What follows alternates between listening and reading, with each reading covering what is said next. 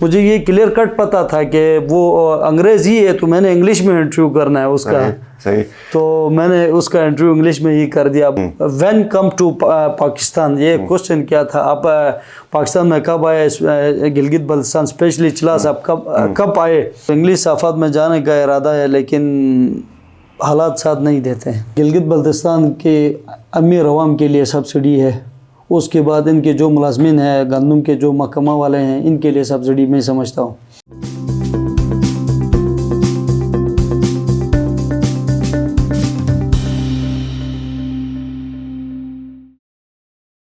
السلام علیکم, آپ دیکھ رہے ہیں IMN, میں شبیر میر. ناظرین, پروگرام روبرو میں آج ہم بات کریں گے چند ٹاپکس کے اوپر, لیکن میں آپ کو یہ بتاتا چلوں کہ ہم مکس قسم کا یہ انٹرویو ہوگا. ہم تھوڑی سی انگلش میں بھی بات کریں گے, اردو میں بھی بات کریں گے.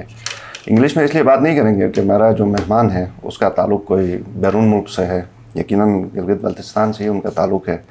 حالیہ دنوں میں آپ نے دیکھا ہوگا کہ چلاس میں ایک صحافی نے چند فارنرز کا انٹرویو کیا تھا, اور بڑا زبردست انہوں نے دبنگ طریقے سے انٹرویو کیا تھا, اور اس کے اوپر بہت زیادہ فیڈ بیک بھی آیا تھا جس کو ہم نے خود بھی شیئر کیا تھا.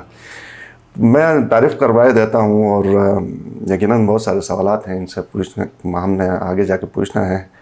افتخار احمد, جیسے میں نے کہا, صحافی ہیں نوجوان, اور کس اخبار سے ہیں یا کس ادارے سے ہیں یہ الگ بات ہے, لیکن میں چونکہ اس انٹرویو کے حوالے سے بات کر رہا تھا تو آپ کو یاد ہوگا کہ سپارکو کے جو پیٹرول پمپ اور ان کی مختلف سروسز ہیں اس کی جو پوری ٹیم آئی ہوئی تھی, وہ ایک انٹرویو تھا جو ان کے پہچان کا باعث بنا تھا.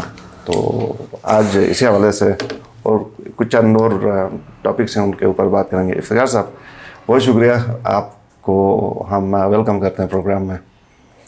مجھے یہ بتائیے سب سے پہلے, شروع میں نے کہا تھا کچھ انگلش اردو مکس کریں گے, ٹھیک ہے, وہ اس لیے کہ جو آپ نے انٹرویو کیا تھا جس کا میں نے تذکرہ بھی کیا تھا وہ بڑا دبنگ تھا.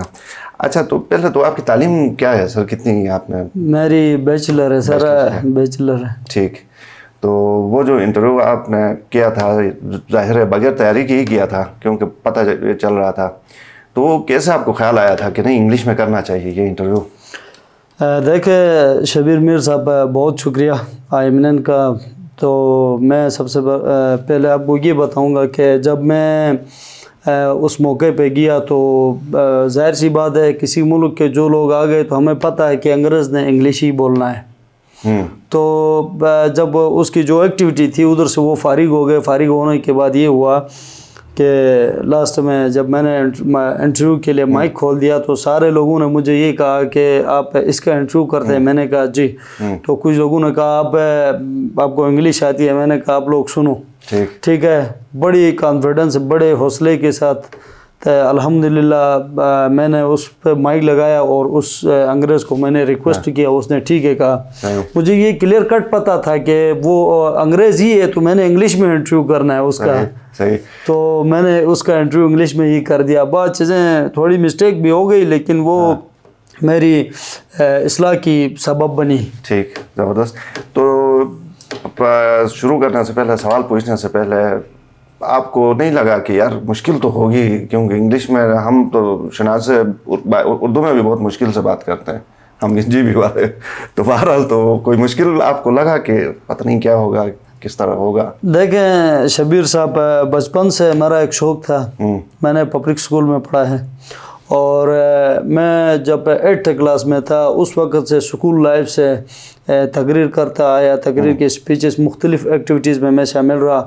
اس کے بعد جب میں کالج لائف میں آیا تو دیامر یوتھ مومنٹ ہماری ایک تنظیم ہے, ان سے میں منسلک رہا. ادھر میں نے ایز اے ورکر کام کیا. ادھر میں نے چوکس میں, جلوس میں تقاریر کی. اس کے بعد میری شرماہٹ جو جھجک ہے وہ بالکل 4-5 سال ریگولر یہ جو اسپیچز کرنے کی وجہ سے, مختلف سٹیج پہ جانے کی وجہ سے وہ بالکل ختم ہوئی تھی. تو مجھے پتہ ہے مجھے کوئی ابھی مجھے کوئی ایسی وہ جھجک محسوس نہیں ہوتی ہے. میں چاہے انگلش میں انٹرویو کروں یا اردو میں انٹرویو کروں تو no problem. No problem. So can you tell me what was the outcome of your interview? I mean, when you finished interviewing him, what did he say to you? He appreciated you or he said کہ یار آپ کو نہیں کوئی تیاری کرنی چاہیے تھی؟ جواب آپ نے انگلش میں دینا ہے, ٹھیک ہے. Alhamdulillah, I am very bundle of thanks of our LGB pupils and officials, different belongs of different pupils. Alhamdulillah, بہت میں ان کا شکرگزار ہوں جنہوں نے اس انٹرویو کو پسند کیا اور اچھے کمنٹس دیے اور اس کو وائرل بھی بہت کیا. تو اس لیے میں جی بی کا جو عوام ہے ان کا بہت شکرگزار ہوں. صحیح. تو کوئی ایک ہمارے ناظرین کو تاکہ ان کو یاد آ جائے کوئی جو سوال آپ نے پوچھا تھا جو آپ کو یاد ہے ویسے آپ نے کیا پوچھا؟ ویسے تو عرصہ بہت ہوا ہے, ریمائنڈ کرنے کی میں کوشش کروں گا. تھوڑی سی کوشش کریں تاکہ میں نے اس کو یہ بھی پوچھا تھا کہ آپ پہلی ٹائم ہے you welcome to first time of Gilgit Baltistan especially Chilas when come to Pakistan. یہ کوشچن کیا تھا, آپ پاکستان میں کب آئے, گلگت بلتستان اسپیشلی چلاس آپ کب آئے. تو اس حوالے سے میں نے یہ کوشچن کیا تھا اس کو. اس میں پھر ہم نے دیکھا کیمرے میں کچھ اور لوگ بھی اس کے ساتھ ساتھ بیٹھے ہوئے تھے, کھڑے تھے بلکہ. تو اس کے بعد آپ نے ان کا بھی کوئی انٹرویو کیا تھا کہ نہیں بس وہ جو پورشن وہ سوشل میڈیا میں آیا تھا؟ نہیں, ان کا جو تھا وہ ترجمان ہمارا پاکستانی تھا, وہ ان کا ترجمان تھا. تو اس نے کہا کہ ہماری ضرورت نہیں, ہمارا جو سی او ہے چیف ایگزیکٹو اس کا آپ نے کر لیا ہے تو بس ٹھیک ہے. ٹھیک ہے, صحیح. تو انگلش صحافت کی طرف بھی جانے کا کوئی ارادہ ہے آپ کا؟ دیکھیں میر صاحب, انگلش صحافت میں جانے کا ارادہ ہے لیکن حالات ساتھ نہیں دیتے ہیں. ٹھیک. یہ بہت بڑی مایوسی کے ساتھ میں اس پلیٹ فارم پہ کہوں گا, حالات ساتھ نہیں دیتے ہیں. حالات ساتھ نہیں دیتے ہیں کیا مطلب, کیا لوگ نہیں سننا چاہتے ہیں انگلش زبان کو؟ نہیں, حالات ساتھ مینس یہ ہے کہ اس وقت تو یہ ہے کہ میں اپنی صحافت پہ مصروف ہوں, گھریلو کام سے ہیں, ساری چیزیں, بہت ساری ذمہ داریاں میرے اوپر عائد ہیں. تو اس کے لیے پراپر پہلے جا کے لینگویج کرنا پڑتا ہے, اس کے بعد فیلڈ میں آ کر انگلش یوز کرنا پڑتا ہے. تو اگر آپ کو کوئی اور اس طرح, ظاہر ہے فارنرز تو چلاس میں بھی آتے ہیں, اگر کوئی اور فارنرز کی ٹیم یا کوئی سنگل فارنر ملا تو آپ انگلش میں پھر انٹرویو کریں گے ان کا؟ میں نے اس کے بعد 2-3 فارنرز کا, جو اٹیلین گروپ کے جو ہیڈ تھے, ٹور آپریٹر تھے, اس کا بھی کیا ہے. میری آئی ڈی کھول کر چیک کریں. ٹھیک ٹھیک ٹھیک کیا ہے میں نے. تو کیا وجہ ہے کہ وہ زیادہ وائرل نہیں ہوا اس کے لیے؟ وائرل دیکھو شبیر صاحب, first impression is last impression. جو پہلا ہوتا ہے وہ پہلے ہی آگے چلا جاتا ہے, جو سیکنڈ ہوتا ہے اس پہ تھوڑا لوز, اس کی ویورز بھی لوز آتے ہیں, اس کو اس کی جو چلنے کا جو سمت ہوتی ہے وہ بھی سلو ہوتی ہے. تو آپ خود نوجوان ہیں, ویسے ایک نوجوان جو ہمارے صحافی ہیں ان کو کوئی مشورہ دیں گے کہ جس طرح کا کانفیڈنس آپ کا تھا, بے شک انگلش ہماری کوئی مادری زبان تو نہیں ہے, اس میں غلطیاں ہو سکتی ہیں, کوئی انگریز اگر اردو یا شنا بولے تو وہ بھی جیسے کہ ہم کہتے ہیں کہ گانے پھٹے ہی تھے, تو وہ بھی تو اس طرح ہی بولے گا نا. یہ کانفیڈنس جو آپ نے جس سے بات کی, پرواہ نہیں کی آپ نے کہ کون سامنے کھڑا ہے, لوگ دیکھ رہے ہیں, غلط انگلش کیا ہے, کوئی مسئلہ نہیں, یہ کانفیڈنس کس طرح آپ نے کیا؟ ذرا ہمارے کوئی ٹپس بتا دینا نوجوانوں کو. دیکھیں سر, میں آپ کو یہ بتاؤں گا, کانفیڈنس وہ بندے پہ ڈپینڈ کرتی ہے, وہ بندے کے دل پہ ڈپینڈ کرتی ہے. کانفیڈنس جو بھی ہے, جب کوئی بندہ گھبراتا نہیں ہے تو اٹ مینس کانفیڈنس, یہ کانفیڈنس ہے. مین چیز ہے کانفیڈنس ہے. میں آپ کے لیے انٹرویو کے لیے مائک لگاتا ہوں, اس دن میں نے چیف منسٹر کا انٹرویو کیا تو میں نے بے دڑک اس سے سوالات کیے. لوگوں نے مجھے یہ بھی کہا کہ یہ وزیر اعلیٰ ہے, فلان ہے, فستان ہے. میں نے قاہرہ سے انٹرویو کیا, چیف سیکرٹری سے انٹرویو کیا. جب میں نے چیف سیکرٹری گلگت بلتستان کا انٹرویو کے لیے مائک کھولا تو ادھر ہمارے محترم کچھ ملازمین صاحبان ہیں, تقریباً 16-17 کے لیے جو آفیشیل سے سائڈ پہ بیٹھے ہوئے تھے, انہوں نے کہا یہ چیف سیکرٹری ہے, یہ تو وہ ہے. میں نے کہا جو بھی ہے اس مائک کے نیچے کچھ بھی نہیں ہے. تو آپ نے کہا کہ سوال پوچھا اور میں نے انٹرویو کمپلیٹ کیا. چلیں تھوڑا سا ایک سوال آخر میں بتائیے, مختصر اس کا جواب دیجیے. صحافت میں اور آپ کیا کرنا چاہتے ہیں, کہاں تک جانا چاہتے ہیں؟ ظاہر ہے ابھی آپ الحمدللہ میرا ارادہ یہ ہے, انشاءاللہ بھی ہم نے اسٹارٹ کیا, میرا 1 سال ہو گیا ہے, پوری گلگت بلتستان کی خدمت کے جذبے سے انشاءاللہ لائف ٹائم میں اس چینل پہ کام کروں گا اور لائف ٹائم انشاءاللہ میں صحافت کروں گا. اب تھوڑا سا ایشوز کے اوپر آتے ہیں. دیامر بادشاہ ڈیم بہت بڑا پروجیکٹ ہے, وہ دیامر کے اندر ہے, آپ کی کیا رائے ہے اس حوالے سے؟ دیکھیں سر, دیامر بادشاہ ڈیم بہت بڑا پروجیکٹ ہے. ہم گورنمنٹ آف پاکستان کے بہت مشکور ہیں, انہوں نے یہ میگا پروجیکٹ کا انعقاد کیا.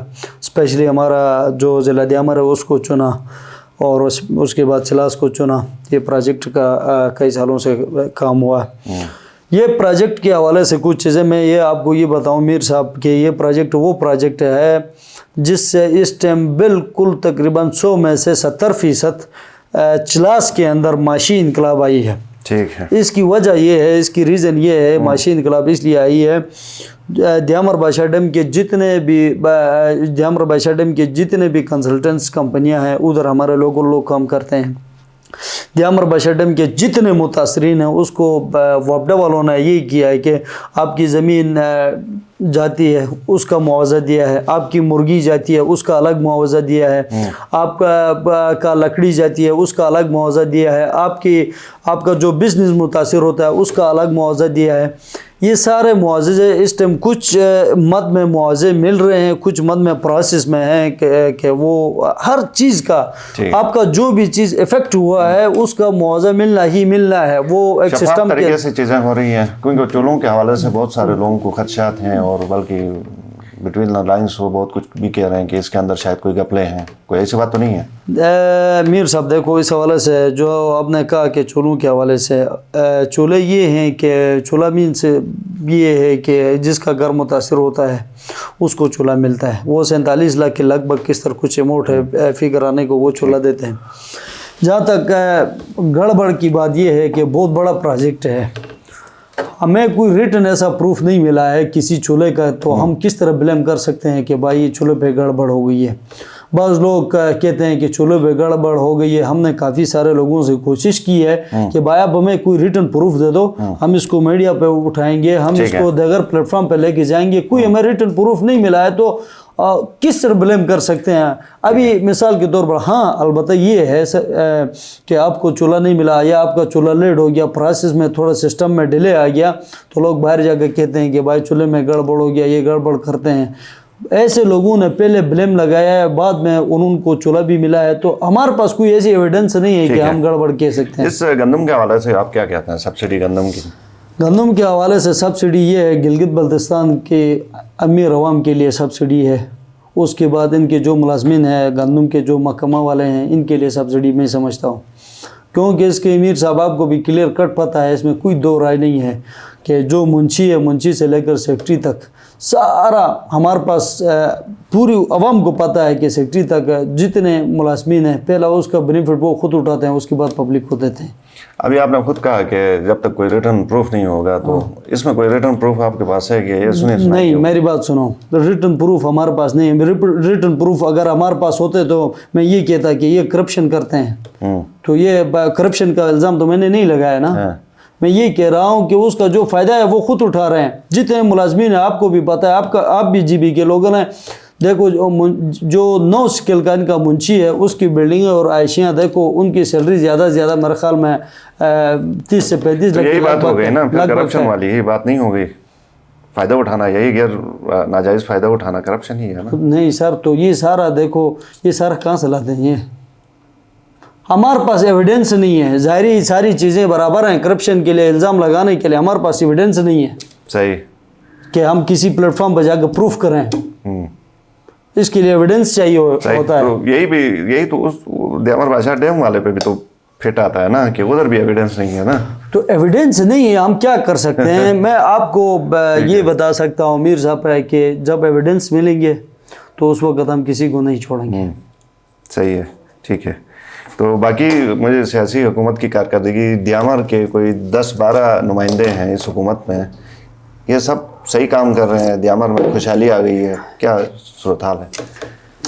دیکھیں سر, جہاں تک دیامر کے نمائندوں کی میں بات کروں گا, کمی کوتاہیاں ہوتی ہیں. میں یہ نہیں کہتا ہوں کہ وہ 100% کام کرتے ہیں, کمی کوتاہیاں ہوتی ہیں. جو حلقہ جس حلقے میں آپ جائیں گے تو اس کی کارکردگی دیکھ کے پھر بندہ کہتا ہے کہ بھائی اس کے کچھ ہے. ہم نے کسی کی حلقے پہ وزٹ نہیں کیا ہے, تو ہم آپ کو کلیئر کٹ ان کی ADP کا بھی ہمیں پتہ نہیں ہے, تو ہم کلیئر کٹ کس طرح کہہ سکتے ہیں. ہاں, حلقہ نمبر 1 میں حاجی شاویق صاحب ہیں, انہوں نے 91 سکولز 91 جو سکولز ہیں, سکولز انہوں نے دیا ہے. ان کے جو وہ سکولز کے ٹینڈر وہ ہوئے ہیں اور ان پہ کام ہو رہا ہے. وہ تعلیمی ایک انقلاب حلقہ نمبر 1 پہ آیا ہے. باقی حلقوں کا میں نے وزٹ نہیں کیا ہے تو میں کس طرح بتا سکتا ہوں کہ کیا. ٹھیک ہے, بہت شکریہ افتخار صاحب پروگرام میں آنے کے لیے. ناظرین پروگرام آپ نے دیکھا, فیڈ بیک ضرور دیجیے. اجازت دیجیے, اللہ حافظ.